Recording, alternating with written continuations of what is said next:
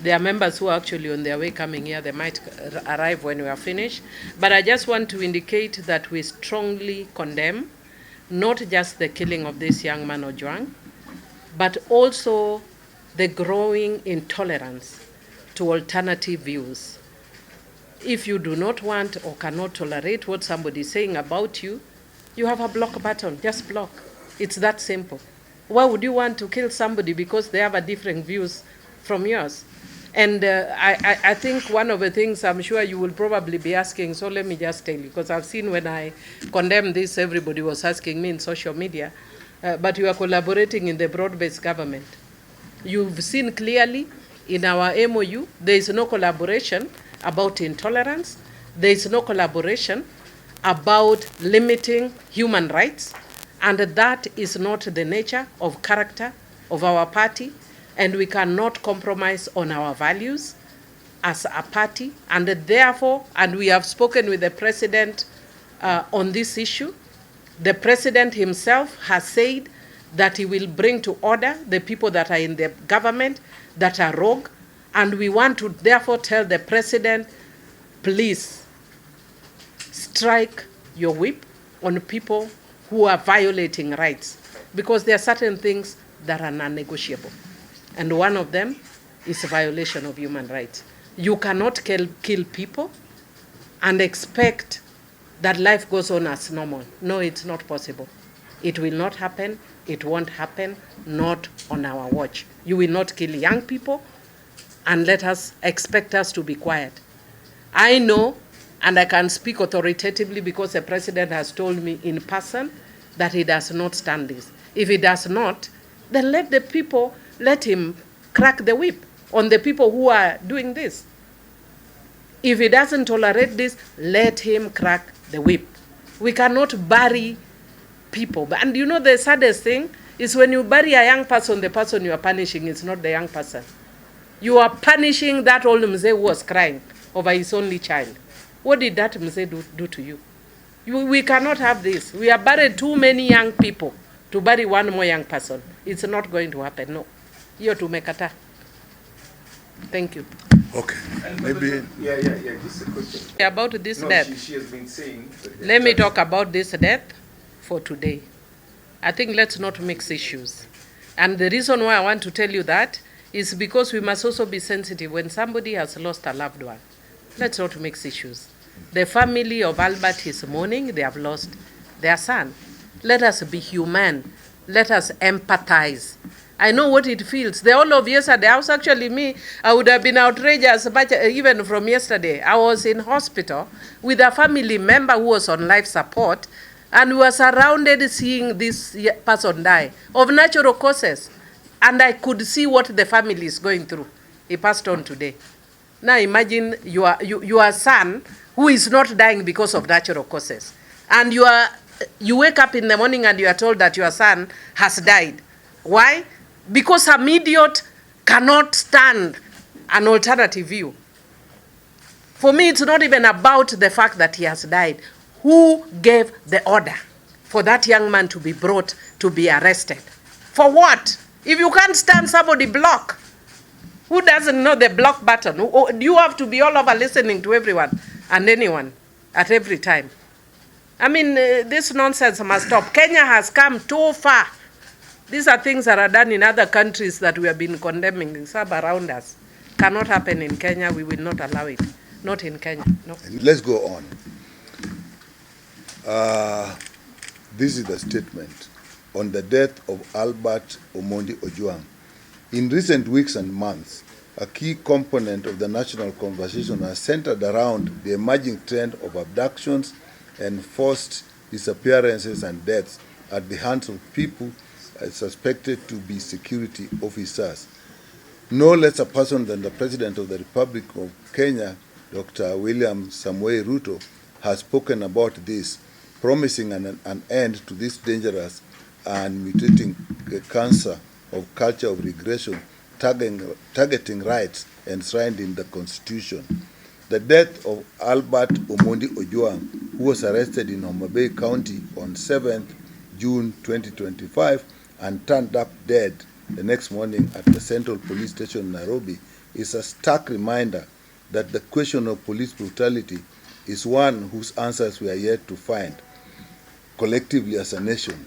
That is why we today as leaders speak up unequivocally and strongly in condemning the continued violations of the right to life and freedom of expression. Article 133 of the Constitution of Kenya guarantees the freedom of expression, which includes the freedom to seek, receive, and impart information. Needless to say, the rise of social media as a tool of expression for especially young people has created the space for expression of views and ideas that may not necessarily be popular with all. No one has a right to arrest, murder, or kill a person merely because he or she disagrees with the views. The blatant abuse of rights is not acceptable. It is time for the president to deploy the big broom and sweep away characters in the regime who abrogate themselves the power to determine the level of freedom enjoyed by citizens and who play judge, jury, and executioners in perpetuating the growth of rogue culture in the country. The death of Albert Ojwang must not join the statistics as one more young person killed in vain. A red line must be drawn this time, upon which the investigation and prosecution of those found culpable must be firm and swift. Besides this, heads must roll within the security establishment, for the hyenas supposedly placed in charge of guarding the lamps of citizenry to be weeded out before their actions wipe away the credibility of the whole government. We condemn the killings in the strongest terms possible and call on the president to take charge and restore order in the security apparatus of the nation, as well as to tame the unhinged actions of powerful people around him who suffer the God complex and the desire to bully citizens into submission. This is signed by Dr. James Mikal, myself, Honorable Millie Odhiambo, who is here, Dr. Utiende Amolo, Honorable Babu Owino, Senator Eddie Mwok, Honorable Ruto Dinga, Honorable Rosa Buyu, Honorable Aduma Uwor, Honorable Eva Obara, Honorable Paul Abur, Hon Joshua Oron, Hon Martin Owino, and Hon Peter Masara. All these, Senator Catherine Muma. And Senator Catherine Muma. All these honorable members would have actually wished to be here and express themselves on this matter. And they are with us on this, but they are not able to be here, and this is something that we have to respond quickly. And you wonder, why was it necessary to transport this young man all the way from Homa Bay to here? Are there no police stations there where he could be kept? Are there no investigation officers who could take up the matter? Are there no courts in that area where all this matter could be handled? We really condemn this. This should not go on. Something must be done. Honorable Millie, add something to say. I have again told you before, let us focus on this young man and his death now. And the fact that we are here, please, sometimes make your own interpretation. Can we also give you food you eat for you? Go and interpret for yourself. We don't have to tell you everything, okay, my dear. Can you please answer this? What yes. comes to your mind when police officers tell you that this person, they say that Albert was in a cell alone? Was he that special that they had to create a room for him alone? You know, very recently, I mean not recently, I think 2 days ago, yesterday I was out of social media. Actually, that's why I didn't even know about this. I think on Saturday, I shared something that happened in Homa Bay once upon a time when I was a little girl, that there are people who are running from hyena. Then they went into town and saw the police and ran back to the hyena. That was when I was growing up. We do not want a situation where we are running back to hyenas. Not in Kenya. Kenya has come a long, long, long way to be forced to run back to hyenas. So we do not want a situation where it's either or. No. the country has spent a lot of money on police reforms. That's why we no longer a police, what was it, a police force? It is a police service. And as a police service, you can't be a service that is killing people or that is attacking people. And when you give ridiculous theories like that, which planet did we come from? A planet where people are idiots. Where you tell us that somebody went and put himself in a cell and then died. Honestly, first, why are you arresting somebody so that we have to answer these questions? Why are you arresting a young man for views? I wish you could arrest somebody that they stole or that they were highway robbers or something more serious. But that somebody, and there are so many cases of domestic violence, women being found that have been killed all over. Why are you not arresting those people? Hii social media, hii nonsense hii. Ndio unachukua mtu ati unaua ati because of social media. Really, we must learn to be tolerant. We are different generations. Some of these young people will tell us things you've never imagined you'd hear in your life. Big deal, just block. It's that simple. You don't have to kill people. You don't have to beat people. What is special in his treatment is being arrested in Homa Bay, transported all the way here. If you want to ask what is special, that is what you should ask. From then on, we want to know where the treatment of this young person was like that. Actually, for me, Mheshimiwa, start with why arrest. Yeah. Why arrest? That's one. Before you transport, then we'll ask why transport. First, why arrest? Why transport? Why beat? Why kill? Why bring funny theories? We don't want to hear nonsensical theories. If somebody is dead under your watch, you know who was in charge, who was there. And interdictions are not enough. Arrest and charge. And do not hide. And even if, anyway, I'm a lawyer, let me stop there. I think that's enough, isn't it? Okay. Thank you a lot, members of the press. That's the question. You see, that is exactly what we are saying. The institutions that are charged with this must take responsibility. I think IPOA must be clear right now that they have a job in their hands that they must do. If the institutions cannot protect the people, then you start to question the value of those institutions being there. If, as you are saying, they really, as the structure is, they're really not expected to be sitting at the same table. It's independent police oversight. It cannot be sitting together with the police service. So this is their job, and we really expect that they'll be active with this, they'll take part. The investigative arm probably will say it's part of the service. But even, let me tell you one, she's a lawyer and she'll tell with you, even officers cannot take actions on orders if the orders themselves are illegal. Nobody expected to take illegal orders. So while we are looking for the person who gave the instructions, the people themselves who handled it must also take responsibility on how you handle people.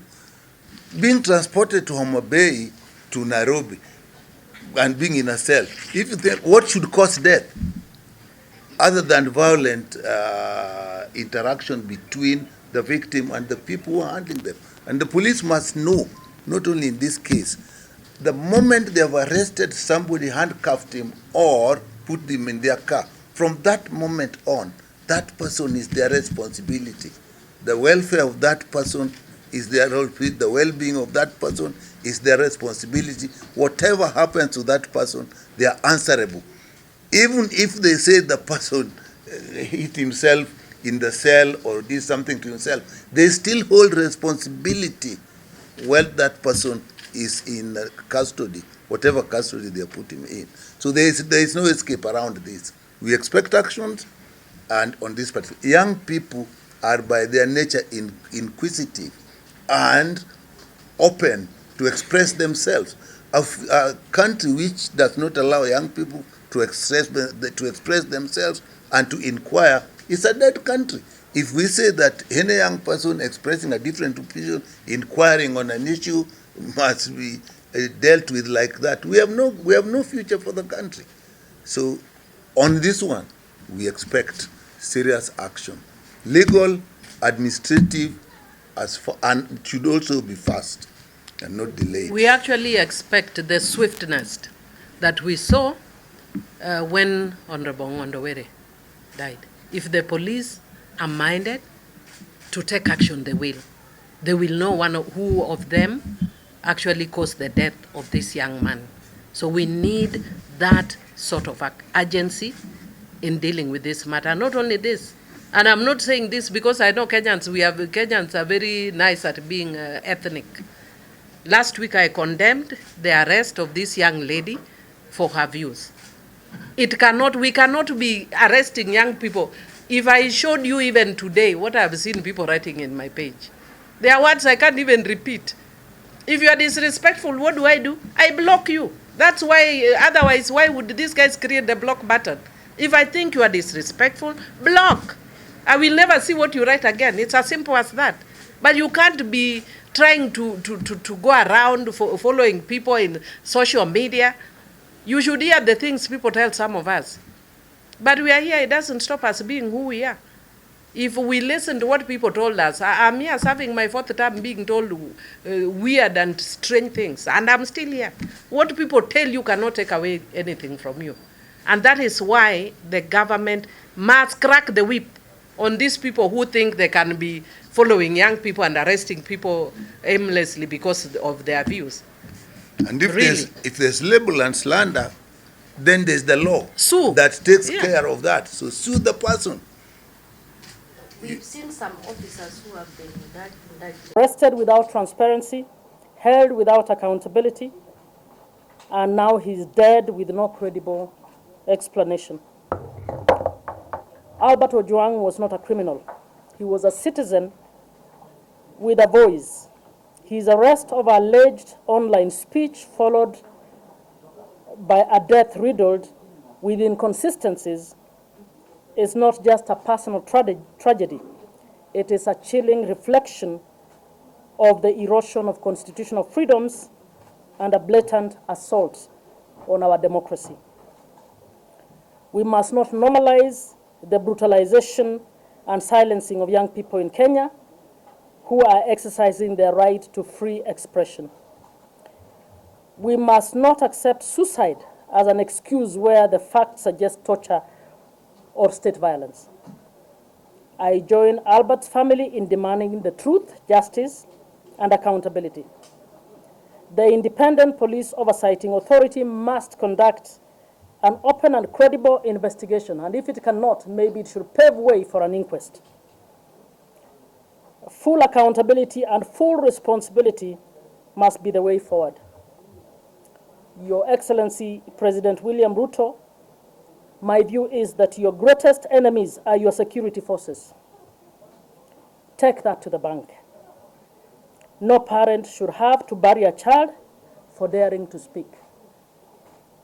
I think every Kenyan with the right mind, regardless of your political persuasion, regardless of where you come from, and I want to urge that people stop tribalizing this issue, that we cannot lose lives in the manner in which the life of Albert Ojwang was lost. Thank you very much. I came late because I was elsewhere. Asanteni sana.